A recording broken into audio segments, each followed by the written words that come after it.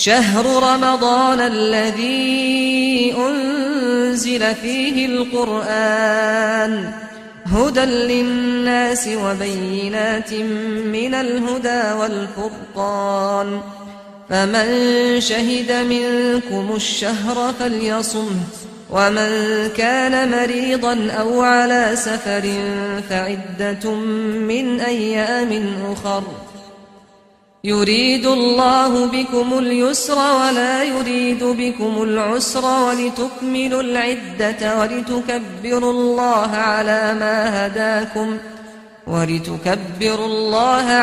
ما هداكم ولعلكم تشكرون. إن الحمد لله نحمده ونستعينه ونستغفره ونعوذ بالله من شرور أنفسنا ومن سيئات أعمالنا من يهده الله فلا مضل له ومن يضلل فلا هادي له أشهد أن لا إله إلا الله وحده لا شريك له وأشهد أن محمدًا عبده ورسوله أما بعد فأعوذ بالله من الشيطان الرجيم بسم الله الرحمن الرحيم. شهر رمضان الذي أنزل فيه القرآن هدى للناس وبينات من الهدى والفرقان فمن شهد منكم الشهر فليصمه ومن كان مريضا أو على سفر فعدة من أيام أخر يريد الله بكم اليسر ولا يريد بكم العسر ولتكملوا العدة ولتكبروا الله على ما هداكم ولعلكم تشكرون. رمضان کا یہ مبارک مہینہ جس کی آمد ہے مسلمانوں کے لیے یہ مہینہ نیکیوں کی بہار ہے. یہ مہینہ اللہ کی رحمتوں کی برکھا برستی ہے. اس میں اللہ اپنے بندوں سے راضی ہوتا ہے اور ان کے چھوٹے چھوٹے عمل اللہ قبول فرما کے زندگی بھر کے گناہوں کو معاف فرما دیتا ہے. یہ مبارک ماہ انسان روزہ رکھتا ہے اللہ کے لیے اور اللہ کے ملائکہ اللہ کے فرشتے جب تک انسان روزے سے رہتا ہے وہ روزے دار کی مغفرت کے لیے اللہ سے سوال کرتے رہتے ہیں. یہ مبارک مہینہ جس میں جنت کے دروازوں کو کھول دیا جاتا ہے، جہنم کے دروازوں کو بند کر دیا جاتا ہے. یہ رحمتوں والا مہینہ جس میں شیطان کو قید کر دیا جاتا ہے. اس ماہ میں ایک رات جسے شب قدر کہا جاتا ہے 1000 ماہ کی عبادت سے بہتر اس ایک رات کی عبادت ہے. اس ایک رات میں اللہ کی عبادت اجر اور ثواب میں 1000 مہینے کی عبادت سے بہتر ہے. یہ وہ مبارک مہینہ ہے جس کی ہر رات اللہ اپنے بندوں کی گردنوں کو جہنم کے کڑوں سے آزاد فرماتا ہے. اے اللہ تجھے تیرے پیارے ناموں کا واسطہ ہے، ہمارا شمار بھی ان خوش نصیبوں میں فرما دے جن کی گردنوں کو تو اپنی رحمت سے جہنم کے کڑوں سے آزاد کر کے اہل جنت میں شامل فرما دیتا ہے. اس مہینے کا استقبال کیسے کرنا چاہیے اور اس مہینے کو کیسے گزارنا چاہیے، رمضان کو کیسے گزاریں؟ سب سے پہلے سچی توبہ. اس رمضان کے آنے سے پہلے اپنے گناہوں سے اپنے اللہ کی طرف رجوع کرتے ہوئے، ندامت کا اظہار کرتے ہوئے، گناہوں پہ شرمندگی محسوس کرتے ہوئے آئندہ نہ کرنے کے عزم کے ساتھ اپنے رب کے در پہ آئیے اور اپنے گناہوں سے معافی مانگیے۔ صغیرہ گناہ اللہ کی رحمت سے معاف ہو جاتے ہیں۔ ایک نماز پڑھی تو دوسری نماز تک وہ کفارہ بن جاتا ہے۔ جمعہ پڑھا تو اگلے جمعہ 2 جمعے ادا کر لیے، درمیان کے گناہ صغیرہ اللہ کی رحمت سے معاف ہو جاتے ہیں۔ لیکن کبیرہ گناہ وہ بغیر توبہ کے معاف نہیں ہوتے۔ سچے دل سے اس رمضان کے آنے سے پہلے اپنے اللہ کی طرف رجوع کیجئے، اللہ کی طرف لوٹئے، اللہ کے در پہ آئیے، اللہ کے ہاں سوالی بنیے اور اللہ سے معافی مانگیے۔ اگر رمضان کے آنے سے پہلے کی زندگی اور بعد کی زندگی ویسی کی ویسی رہے، رمضان آئے گزر جائے، میں پہلے بھی بے نماز، رمضان میں بھی بے نماز، رمضان کے بعد بھی بے نماز، تو پھر میں نے رمضان سے کیا فائدہ اٹھایا؟ اپنے گناہوں کو یاد کیجئے، اپنے گناہوں پر اللہ سے معافی مانگیے، سچے دل سے توبہ کیجئے اور اللہ کو راضی کرنے کے لیے نیک اعمال کرنے کی لگن، اس کا شوق اپنے دل میں پیدا کیجئے۔ آئیے دیکھیں وہ کون سے اعمال ہیں جس کو رمضان میں کثرت سے ادا کیا جائے اور اللہ کے ہاں اس کا درجہ بھی بہت بلند ہو۔ سب سے بڑا عمل رمضان کے مہینے میں روزہ رکھنے کا عمل ہے۔ لیکن یاد کر لیجئے گا، رمضان کے روزے اسی کو فائدہ مند ہوں گے جو پہلے لا الہ الا اللہ محمد الرسول اللہ کا مفہوم سمجھ چکا ہو، جو عقیدہ توحید کو پہچان چکا ہو، جو عقیدہ رسالت کو جان چکا ہو اور پھر اس کے بعد نماز ادا کرتا ہو۔ تیسرا سٹیپ جو ہے وہ رمضان کے روزوں پر ہے۔ میں خاص طور پہ اپنے اس جملے کو دہرانا چاہوں گا، کچھ ایسے بھائی بھی روزہ رکھتے ہیں جو روزہ رکھتے ہیں 3 بجے 4 بجے سحری کر کے سو جاتے ہیں، فجر کی نماز انہیں نصیب، وہ کہتے ہیں جی مولوی صاحب 10 بجے ہم نے ڈیوٹی پہ جانا ہے، اب سحری کھائیں، پھر فجر کے لیے اٹھیں، پھر ڈیوٹی کے لیے اٹھیں تو نیند پوری نہیں ہوگی۔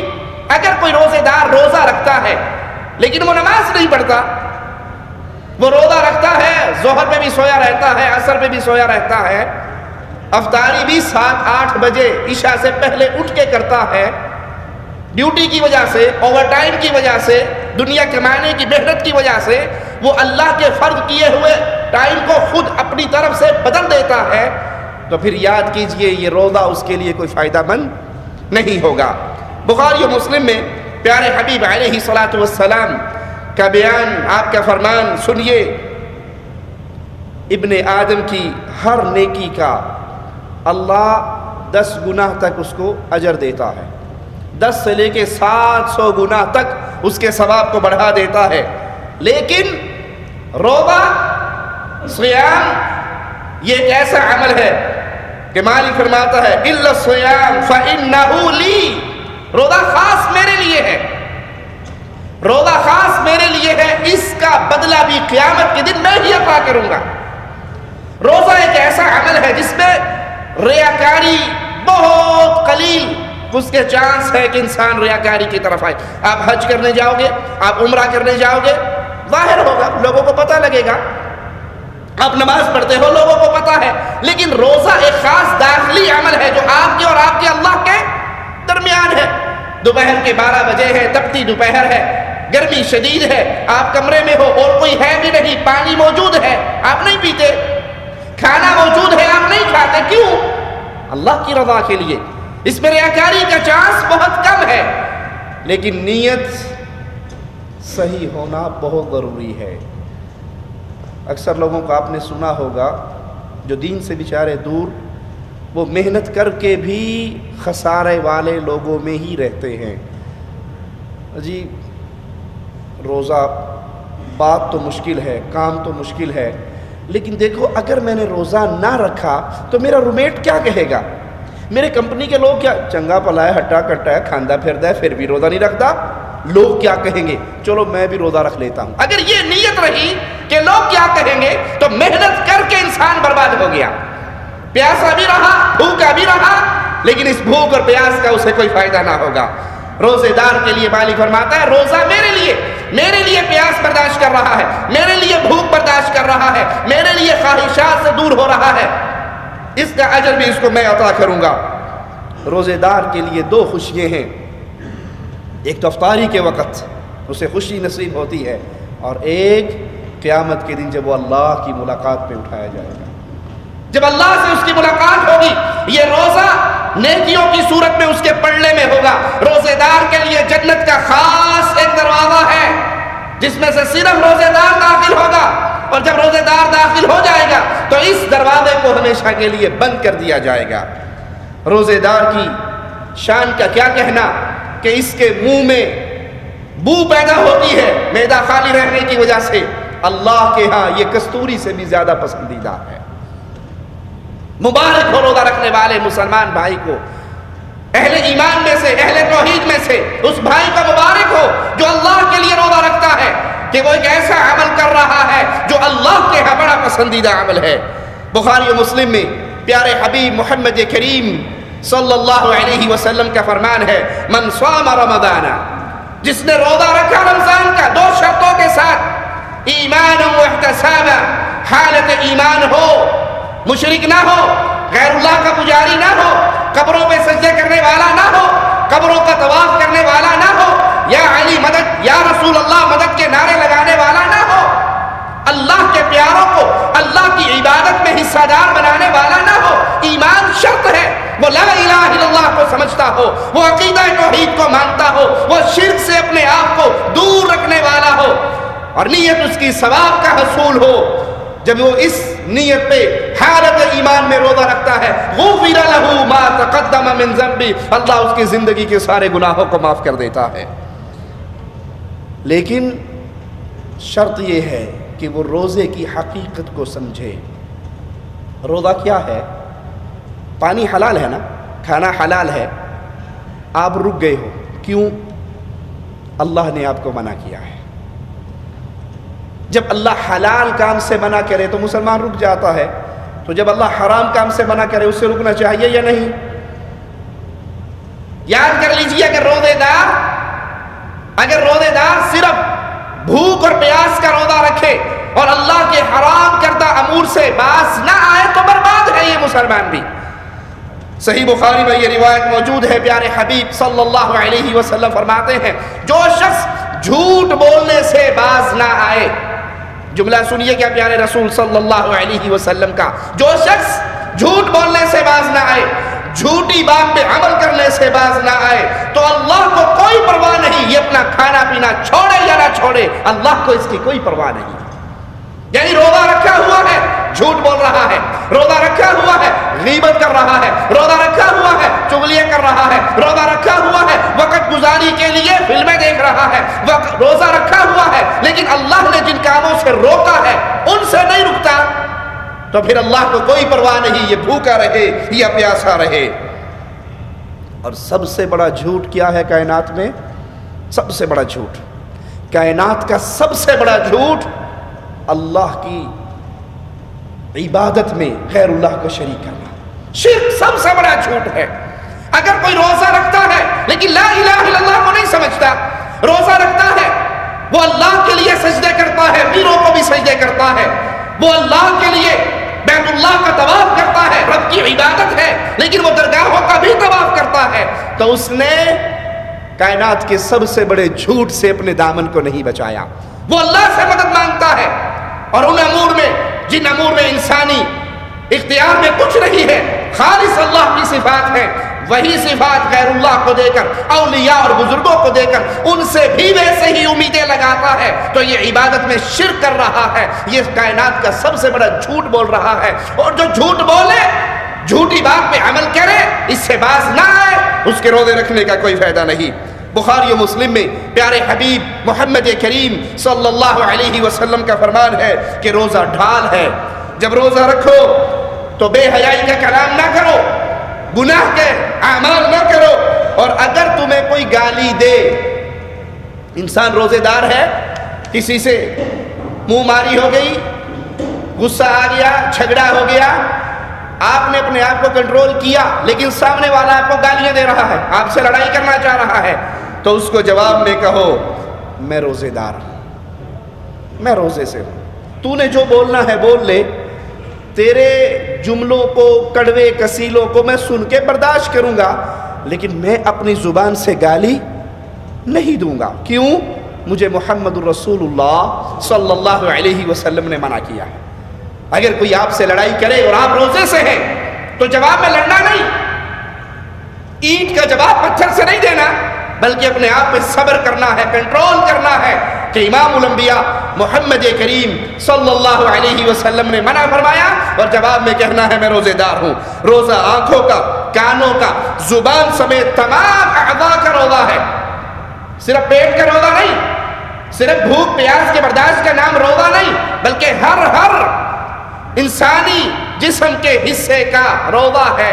اس کو جس عمل سے اللہ اور اس کے رسول نے منع کیا ہے اسے رک جانا ہی روزہ ہے۔ یہ تصور درست نہیں ہے کہ رمضان کی راتیں اور میرے گھر کے اندر ٹی وی چلتا رہے اور میں سمجھتا ہوں میں روزے دار ہوں۔ آپ کی آنکھوں کو جو آپ دیکھ رہے ہو اللہ نے اس سے منع نہیں کیا، آپ جو سن رہے ہو اللہ نے اس کو سننے سے منع نہیں کیا۔ پورے جسم کا روزہ ہے، ایک ایک عمل جس کو اللہ اور اس کے رسول نے حرام قرار دیا ہے اس سے اپنے دامن کو بچائیے، اور اگر آپ حقیقی طور پہ اس سے بچتے ہیں تو سمجھ لیجیے آپ نے روزہ رکھا ہے۔ اور اگر صرف بھوک اور پیاس ہی برداشت کی ہے، باقی کسی کام کو دیکھتے ہوئے نہ جھوٹ بولتے ہوئے شرم آتی ہے، نہ جھوٹی باتیں پھیلاتے ہوئے شرم آتی ہے، نہ بھائیوں کی غیبت چغلیاں کرتے ہوئے مجھے کوئی ٹینشن ہوتی ہے، نہ اللہ کے حرام کردہ امور کے اپنا وقت گزاری میں مجھے کچھ کوئی پریشانی، کوئی غم، کوئی دکھ لاحق ہوتا ہے، تو سمجھ لیجئے کہ پھر میں نے لوگوں کو دکھانے کے لیے روزہ رکھا ہے۔ رمضان کے ایام میں، رمضان کی راتوں میں ایک بہت بڑا عمل، وہ رات کو اللہ کے لیے قیام کرنا، اللہ کے لیے نماز پڑھنا، اللہ کے لیے اپنی راتوں کو جگانا۔ کس کام میں؟ عبادت میں، قیام میں، نماز میں، سجدے میں، رکوع میں۔ یہ بڑی عظیم عبادت ہے۔ بخاری و مسلم میں پیارے حبیب محمد کریم صلی اللہ علیہ وسلم کا فرمان ہے، من قام رمضان، جو رمضان میں قیام کرے، شرط وہی دو جو صیام کے ساتھ تھی وہی قیام کے ساتھ ہے، مومن ہو۔ مشرک کا کوئی عمل اللہ قبول نہیں کرتا، وہ تراویح پڑھے، وہ شبینے پڑھے، وہ نفل پڑھے، وہ نوافل پڑھے، عقیدے میں شرک ہے، برباد ہے اس کا ہر عمل۔ پیارے حبیب فرماتے ہیں جو رمضان میں قیام کرے ایمان اور ثواب کی نیت سے، اللہ اس کی زندگی کے گناہوں کو معاف فرما دیتا ہے۔ اور اہل ایمان کا تذکرہ قرآن کیسے کرتا ہے؟ وَعِبَادُ الرَّحْمَنِ الَّذِينَ يَمْشُونَ عَلَى الْأَرْضِ هَوْنًا، اللہ کے بندے جو زمین پہ بڑی نرمی سے چلتے ہیں، زمین پہ اکڑ کر اللہ کے نیک بندے عباد الرحمن نہیں چلا کرتے، وہ بڑے دھیمے ہو کے چلتے ہیں، ان کے مزاج کے اندر بڑا دھیما پن ہوتا ہے۔ اور جو اکڑ کے گردن اکڑا کے، گردن میں سریا ڈال کے کسی غریب کو دیکھے تو اس کے ساتھ کندھا ٹکرا کے، موڈا مار کے، اور یہ سمجھے کہ بس میں ہوں، میں آؤں تو راستہ خالی ہونا چاہیے، میرے سامنے کوئی اور نہ ہو، تو کیا اس کا شمار اللہ اپنے بندوں میں کر رہا ہے؟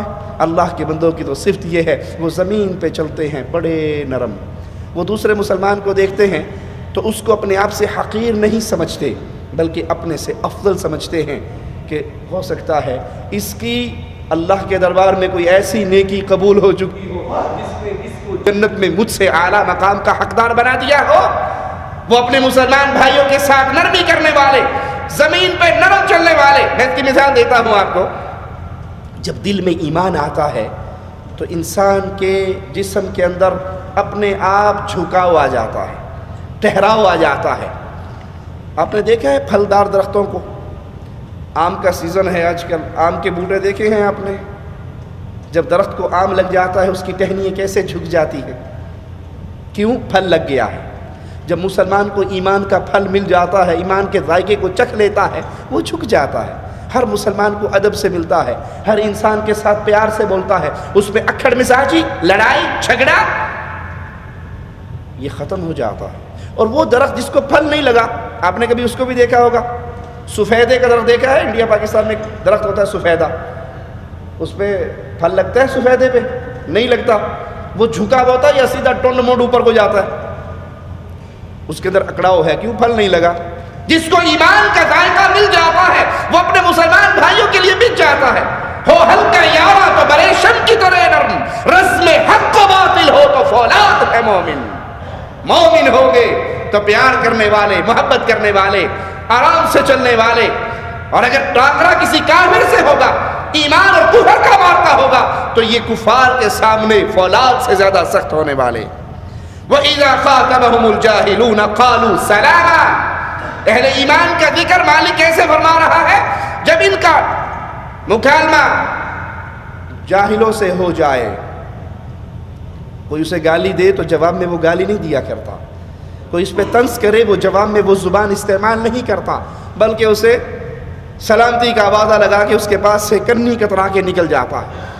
ایک شخص نے مجھے انڈیا سے فون کیا اور خوب گالیاں دی، جتنا وہ بیچارہ گالیاں دے سکتا اس نے دے لی۔ میں خاموشی سے سنتا رہا، قبر پرست تھا کوئی، کلمہ پڑھنے کے باوجود توحید کے نور سے دور بیچارے، جاہل مولویوں کی چنگل میں پھنسے ہوئے۔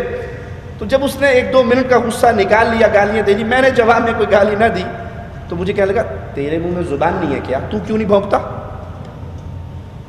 تو میں نے کہا پیارے بھائی میری منہ میں زبان ہے، جیسے آپ نے گالیاں دی مجھے بھی اللہ نے زبان دی ہے، لیکن میں نے جس نبی کا کلمہ پڑھا ہے اس نے مجھے یہ زبان استعمال کرنے سے منع کیا ہے۔ تم نے جس پیر صاحب کی بیعت کی ہے ہو سکتا ہے وہ پیر صاحب تمہیں صرف گالیاں ہی سکھاتے ہوں۔ اگر ٹکراؤ کہیں جاہل سے ہو جائے، بے علم سے ہو جائے، اکھڑ مزاج سے ہو جائے، تو اس کی لازمی نہیں ہے ہر بات کا جواب دیا جائے، ہر پتھر میں اس کو اینٹ ماری جائے، ہر اینٹ کا جواب پتھر سے دیا جائے، نہیں، بلکہ خاموشی اختیار کیجئے۔ اور جب سمجھتے ہیں کہ یہ دور ہے دین سے، یہ دور ہے قرآن کے نور سے، تو اس کے پاس سے کنی کترا کے نکل جائے۔ والذین یبیتون لربہم سجدا وقیاما۔ اللہ کے پیارے بندے وہ ہوا کرتے ہیں جو اپنی راتوں کو رکوع اور سجدے میں گزارتے ہیں۔ اللہم اجعلنا منہم ومعاہم وفیہم۔ اللہ ہمیں بھی ان کو شامل فرما دے جن کی راتیں اللہ کے لیے رکوع کرتے ہوئے، اللہ کے لیے سجدہ کرتے ہوئے، اللہ کے لیے نماز پڑھتے ہوئے گزرتی ہو۔ اللہ کے لیے سوچئے، اور سب سے پہلے اللہ کہنے والے کو سوچنے کی توفیق عطا فرمائے، میں اپنی رات کا حساب تو لگاؤں، میری رات کیسے گزرتی ہے۔ ابو بکر صدیق رضی اللہ عنہ وارضا، فاروق اعظم کو کہتے ہیں، نصیحت کرتے ہیں زندگی کی آخری لمحات میں، عمر رات میں اللہ کا حق ہے، جس کو دن میں قبول نہیں کیا جاتا وہ حق رات کو ہی ادا کیا جاتا ہے۔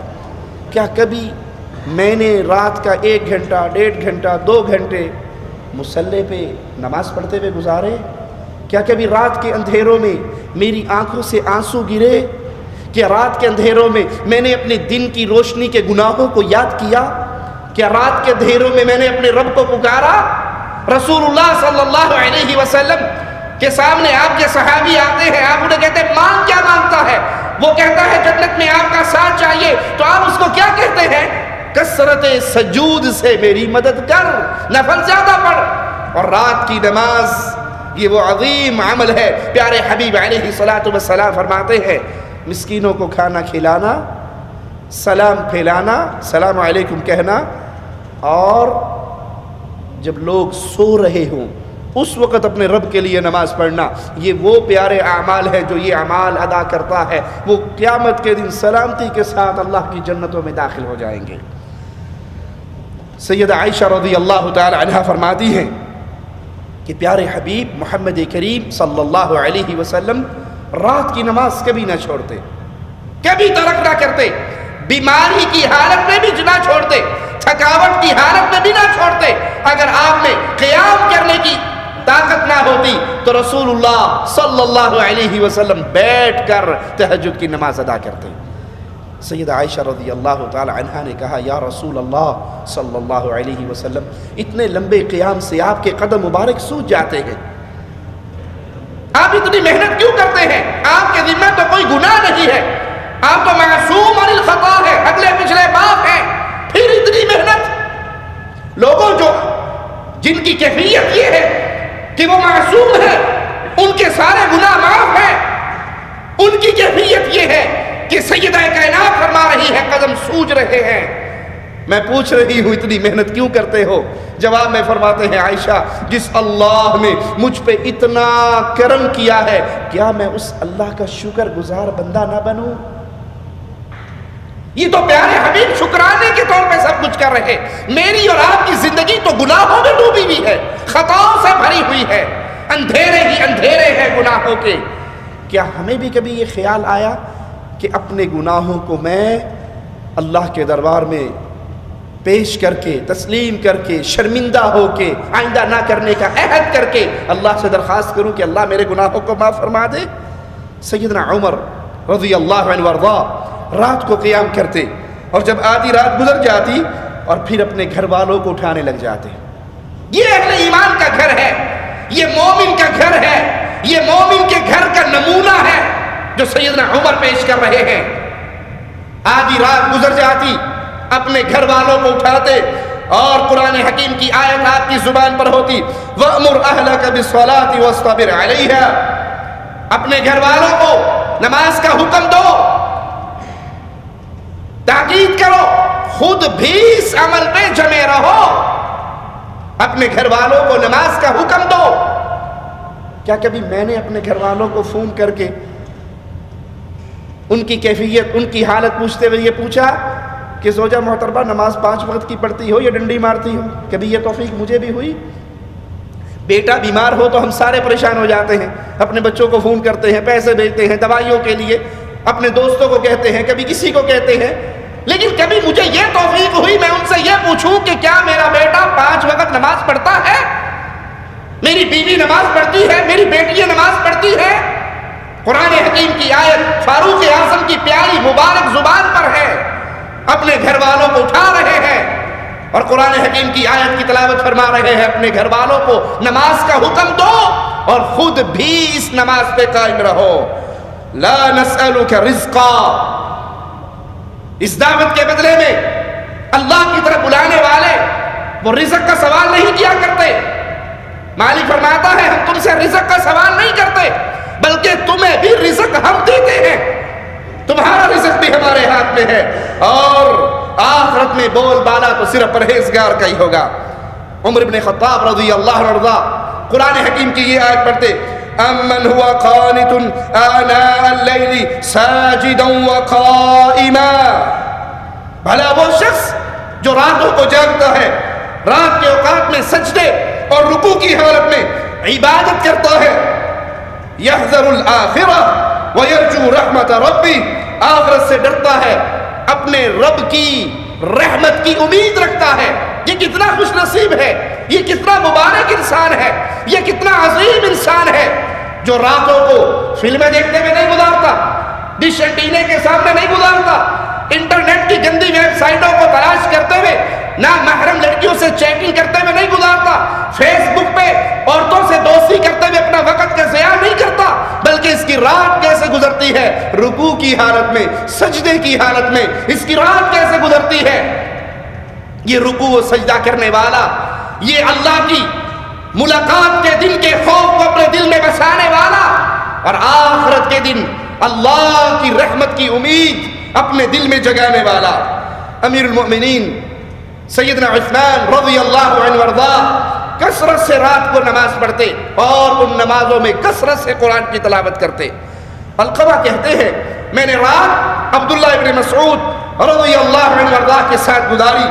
وہ رات کے پہلے حصے میں ہی نماز پڑھنی, نفل پڑھنے شروع کر دیے, اور جب فجر کا وقت قریب ہوا اس وقت انہوں نے وتر کی نماز ادا کی.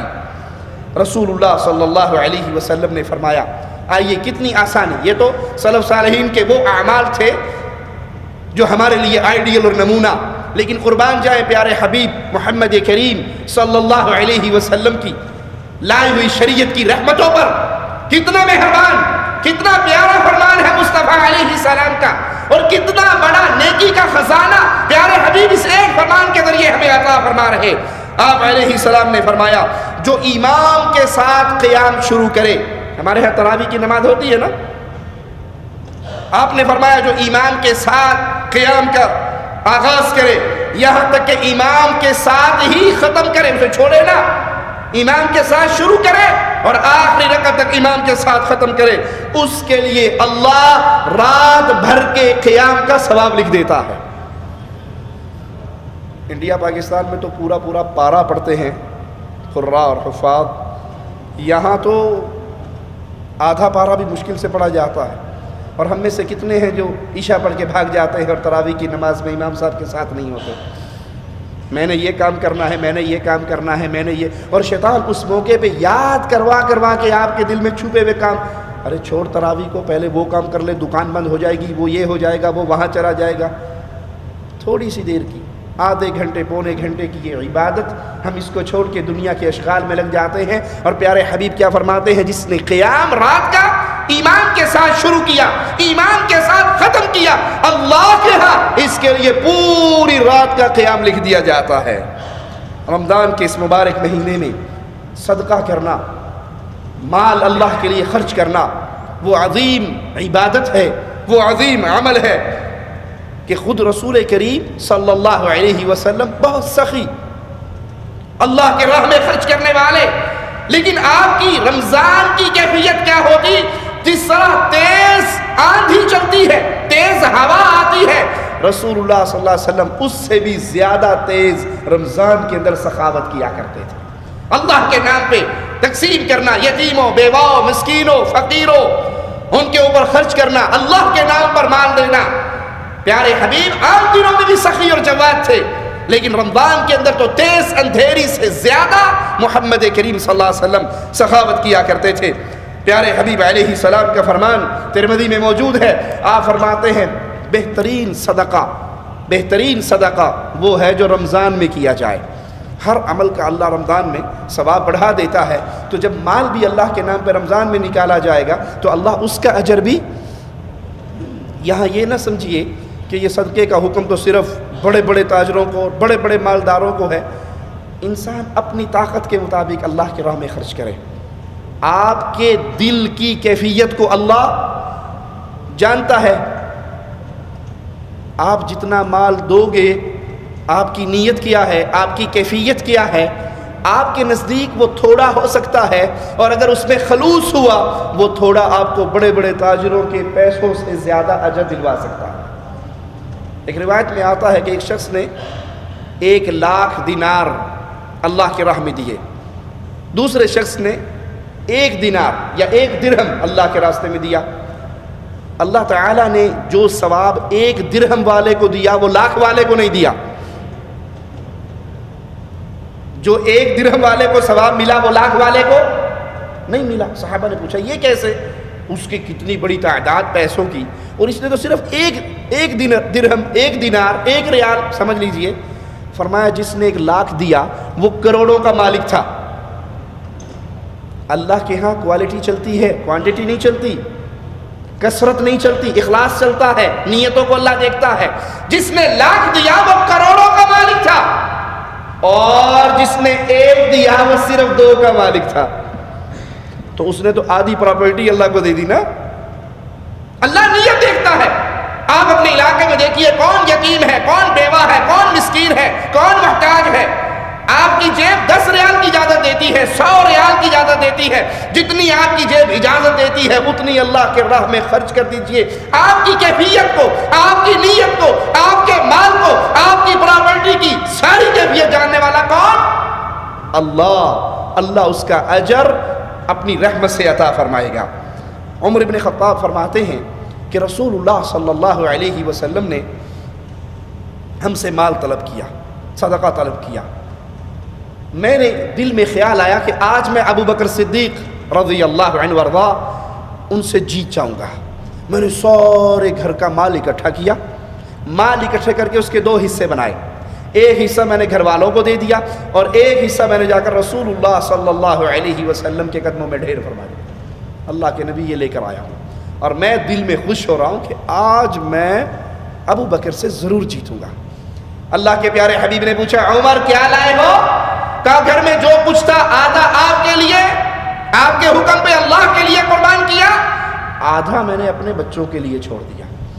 دیکھا تھوڑی دیر میں صدیق اکبر بھی سامان لے کر آگے. پوچھا پیارے حبیب محمد کریم صلی اللہ علیہ وسلم نے ابو بکر کیا لائے ہو؟ کہا یا رسول اللہ صلی اللہ علیہ وسلم ابو بکر کے گھر میں جو کچھ تھا سارا اٹھا کے لے آیا. آپ نے کہا ابو بکر بچوں کے لیے کیا چھوڑ کر آئے, گھر والوں کے لیے کیا چھوڑ کر آئے؟ کہا یا رسول اللہ گھر میں جتنا مال تھا وہ آپ کے قدموں میں ڈھیر ہے, ابو بکر کے گھر میں اللہ اور اس کے رسول کی محبت باقی ہے. فاروق اعظم کہتے ہیں میں نے دل میں عہد کیا آج کے بعد کبھی ابو بکر سے مقابلہ ہی نہیں کرنا, میں نہیں جیت سکتا, میں مقابلہ نہیں کروں گا. اس روایت کے اندر بھی سیدنا فاروق اعظم اور سیدنا ابو بکر رضی اللہ عنہما ان کے آدھے اور پورے سامان کا ذکر ہے, لیکن اس کی کوانٹٹی کا ذکر نہیں ہے کہ آدھا لانے کے باوجود فاروق اعظم کا سامان ان کے سارے سے زیادہ تو نہیں تھا, یہ ذکر نہیں ہے. جو آپ طاقت رکھتے ہو, جو آپ کی ملکیت ہے, جو آپ کے پاس ہے, اس میں سے جتنا اللہ نے آپ کو دیا ہے اپنی استطاعت کے مطابق اللہ کے لیے نکالیے.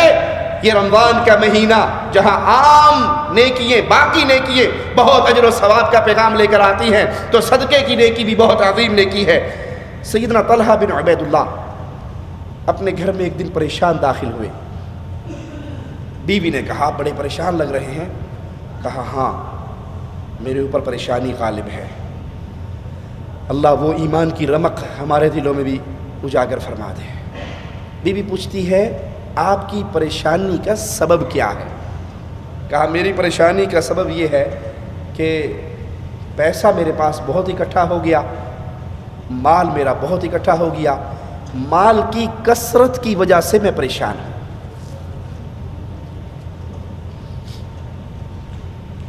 ہماری پریشانی کیا ہوتی ہے؟ مولوی نال بیاہ ہو گیا, تھوڑے جے پیسے لے کے آتا ہے, کیا بہتر ہوتا میں کسی دنیا دار سے میری شادی ہوتی, کسی ڈاکٹر سے شادی ہوتی, کسی مالدار سے شادی ہوتی. ہم دنیا کے کم پڑ جانے پر پریشان ہوتے ہیں, اور یہاں ہمارے اکابر کی کیا کیفیت ہے, وہ پریشان ہے کہ مال میرے پاس بہت زیادہ ہے. نیک بیوی جواب میں کہتی ہے اس میں پریشانی والی کیا بات ہے, اللہ کے نام پہ خرچ کر دیجئے. تو سیدنا طلحہ بیٹھے اور وہ سارا مال اللہ کے نام پہ بانٹنا شروع کر دیا, اور سارا کا سارا مال اللہ کے نام پہ بانٹ دیا. پوچھنے والے نے کہا طلحہ کے پاس اس دن مال کتنا تھا؟ کہا اس کے پاس 4 لاکھ دینار تھے یا درہم تھے. 4 لاکھ, اور وہ سارا کا سارا اللہ کے راستے میں تقسیم کر دیا. سیدنا عبد الرحمن ابن عوف رضی اللہ عنہ وارضا, پیارے حبیب کے وہ صحابی جو اللہ کے نام پر خرچ کرتے. روایت میں آتا ہے سیدہ عائشہ رضی اللہ تعالی عنہ مدینے کی زمین پہ دھمک سنتی ہے, پوچھتی ہے یہ آواز کیسی ہے؟ کہا آج عبد الرحمن کا بہت بڑا تجارتی قافلہ مدینے میں داخل ہوا ہے, یہ اس کے اونٹوں کی پیر و قدموں کی آہٹ ہے. آپ نے فرمایا عبد الرحمن کا اس دن کیا حال ہوگا جس دن وہ اٹکھیلیاں کرتا ہوا, چھلانگیں مارتا ہوا, ہنستا مسکراتا ہوا اللہ کی جنت میں داخل ہوگا. سننے والے نے یہ پیغام سیدنا عبد الرحمن تک پہنچایا. وہ قافلہ چھوڑتے ہیں, سیدہ عائشہ رضی اللہ تعالی عنہا کے پاس آتے ہیں, پوچھتے ہیں ماں آپ نے یہ جملے رسول اللہ سے سنے ہیں؟ کہا ہاں میں نے تیرے رسول سے سنا صلی اللہ علیہ وسلم. وہ فرما رہے تھے عبد الرحمن کا اس دن کیا حال ہوگا جس دن وہ ہنستا ہوا, اٹکیلیے کرتا ہوا, مسکراتا ہوا, دوڑتا ہوا اللہ کی جنت میں داخل ہوگا. او کما قال علیہ الصلوۃ والسلام. یہ سن کر آنکھوں میں خوشی کے آنسو آ گئے اور کہتے ہیں ماں, اے مومنوں کی ماں, یاد رکھنا اور گواہ بن جانا اس عظیم خوشخبری کے شکرانے کے طور پہ میں نے یہ پورا قافلہ اللہ کے نام پہ وقف کر دیا ہے. اس رمضان کے مہینے میں یہ عمل اور زیادہ اجر و ثواب والا ہے. اسی طرح نیک اعمال میں سے کھانا کھلانا, مسلمان بھائیوں کو, مجبور لوگوں کو, یتیموں, مسکینوں, بیواؤں, ان کا جن کی ہاتھ بند ہیں, جن کا گزارا مشکل سے چلتا ہے. آپ بہتر جانتے ہیں اپنے اقربا میں, اپنے رشتہ داروں میں, اور اگر غریب, فقیر, مسکین, محتاج رشتہ دار ہو تو اس کو کھانا کھلانے میں آپ کو 2 اجر ملیں گے. صلہ رحمی کا بھی اجر ملے گا اور کھانا کھلانے کا بھی اجر ملے گا. قرآن حکیم ہمیں درس دیتا ہے, اہل ایمان کی کیفیت بیان کرتا ہے. وَيُطْعِمُونَ الطَّعَامَ عَلَىٰ حُبِّهِ مِسْكِينًا وَيَتِيمًا وَأَسِيرًا. اہل ایمان اللہ کی محبت میں کھانا کھلاتے ہیں, مسکینوں کو, یتیموں کو, قیدیوں کو, ان کو کھانا کھلاتے ہیں. اور کہتے کیا ہے؟ کس نیت سے کھلاتے ہیں؟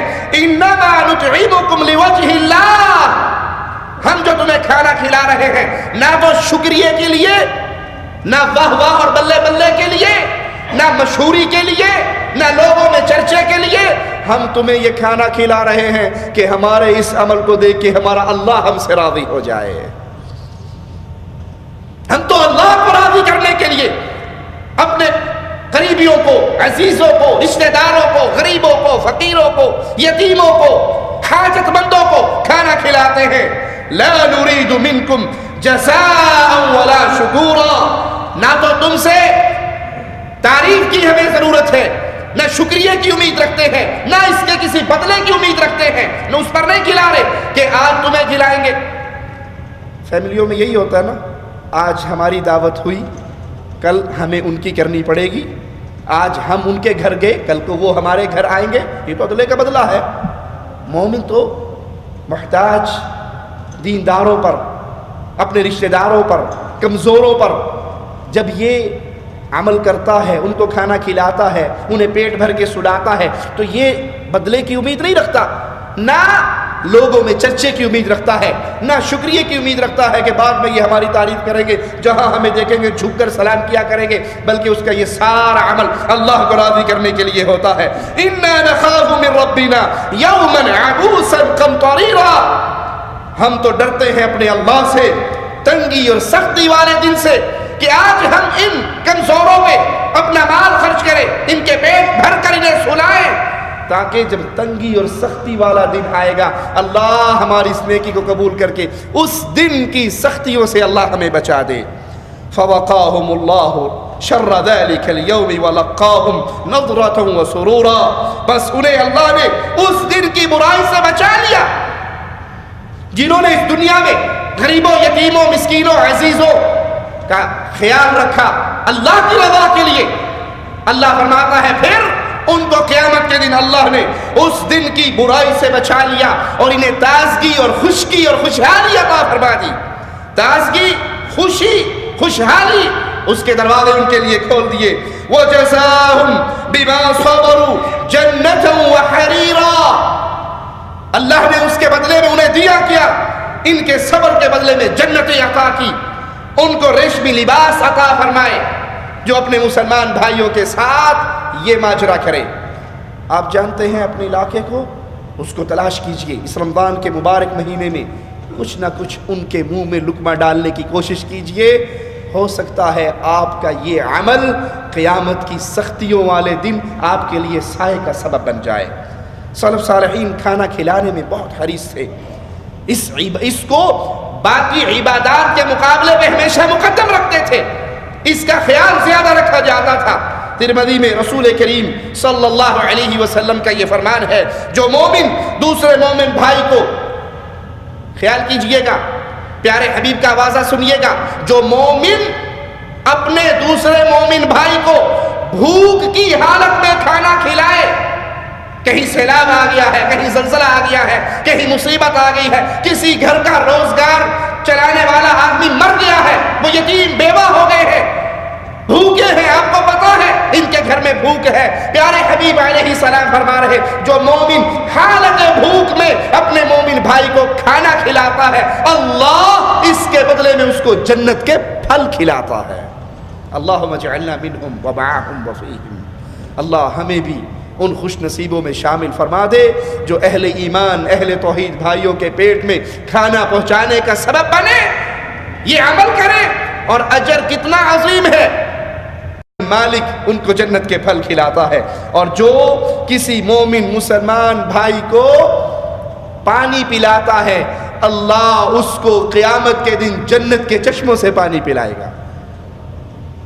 کسی مومن بھائی کو، ارے مومن بھائی تو بہت بڑی ہستی ہے، حدیث میں آتا ہے ایک فاحشہ عورت جا رہی تھی جس نے کتے کو دیکھا جو کنویں کے قریب گیلی مٹی کو چاٹ رہا تھا، اس نے اپنے دوپٹے سے اپنے موزے کو باندھا، کنویں میں اتارا، پانی بھر کے اس کے سامنے رکھ دیا۔ وہ ایک جانور، اور جانور بھی نجس جانور، لیکن اللہ کی مخلوق تو ہے نا، اس نے پانی پیا، دم ہلاتا ہوا چلا گیا، اللہ نے اس کی زندگی کے سارے گناہوں کو معاف کر کے اس کو جنت عطا کر دی۔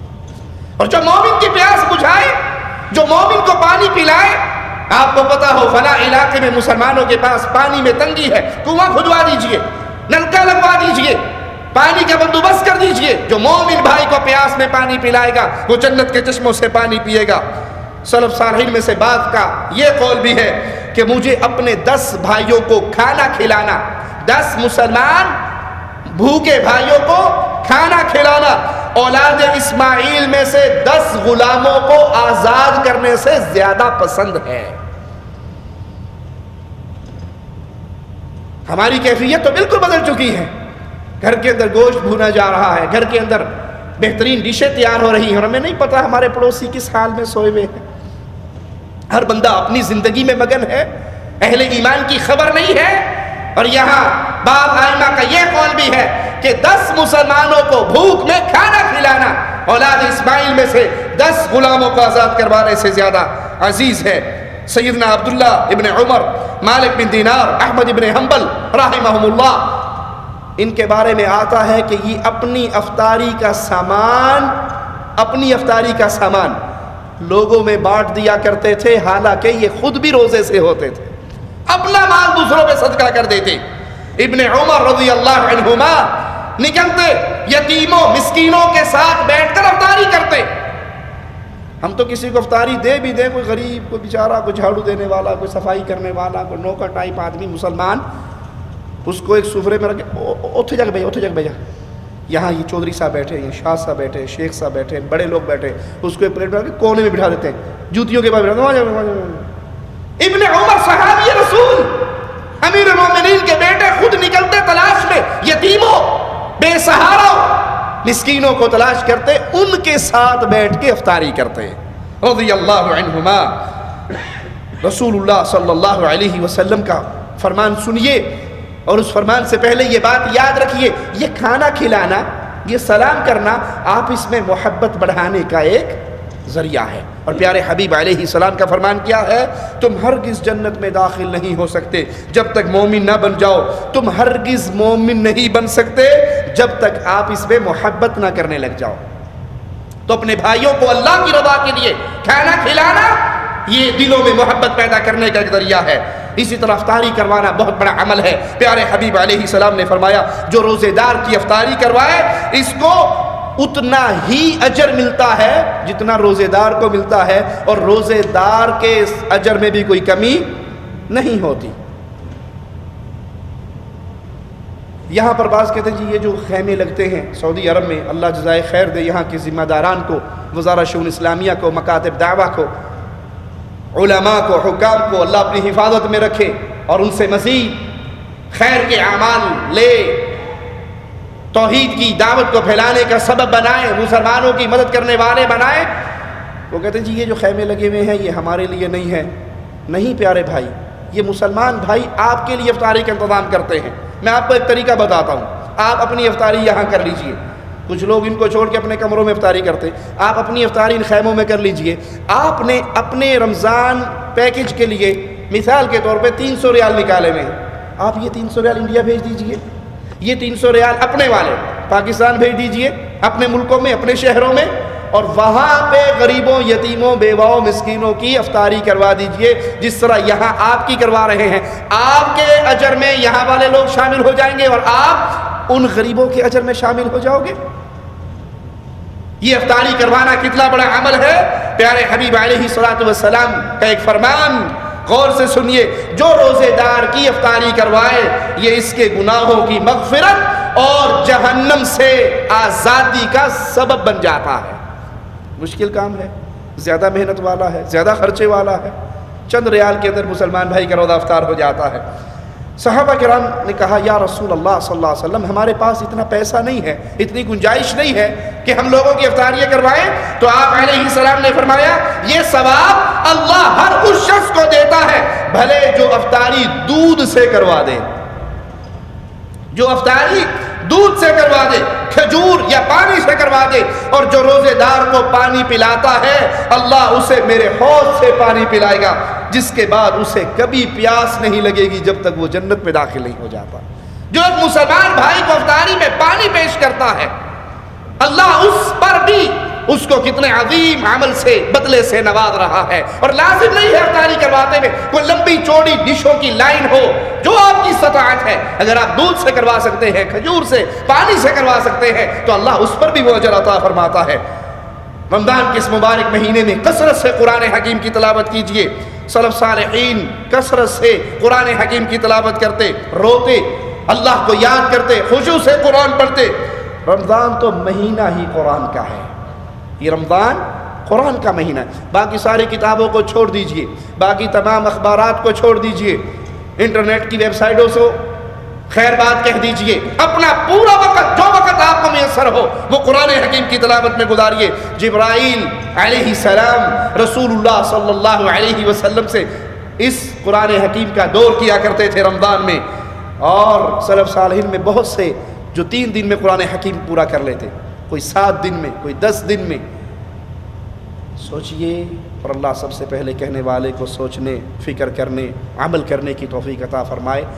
میں قرآن حکیم کتنے دنوں کے اندر اس کی تلاوت کرتا ہوں, دن کا کتنا وقت میں نے قرآن کے لیے خاص کیا ہوا ہے کہ اس وقت میں کچھ نہیں پڑھوں گا, صرف قرآن پڑھوں گا. الا من رحم ربی. ہماری کیفیت تو یہ ہے کہ ایک رمضان گزر جاتا ہے, اگلے رمضان تک وہ قرآن نہ دیکھنا نصیب نہیں ہوتا. رمضان میں قرآن پڑھتے ہیں, پورا سال اس کی چھٹی کے دن گزرتے ہیں. اور سلف صالحین 3 دن, 7 دن, 10 دن, 1 مہینہ بہت زیادہ ہے, اس کے اندر قرآن حکیم کو پورا کر لیا کرتے. امام زہری رحمہ اللہ کے بارے میں آتا ہے کہ رمضان میں وہ حدیث کا درس دینا بھی چھوڑ دیتے تھے اور پورا مہینہ قرآن حکیم کی تلاوت میں. یہی قول سفیان ثوری سے بھی آتا ہے رحمہ اللہ کہ وہ رمضان کا مہینہ آتا تو باقی تمام تدریس کے اعمال کو ترک کر کے قرآن حکیم کی تلاوت میں لگ جاتے.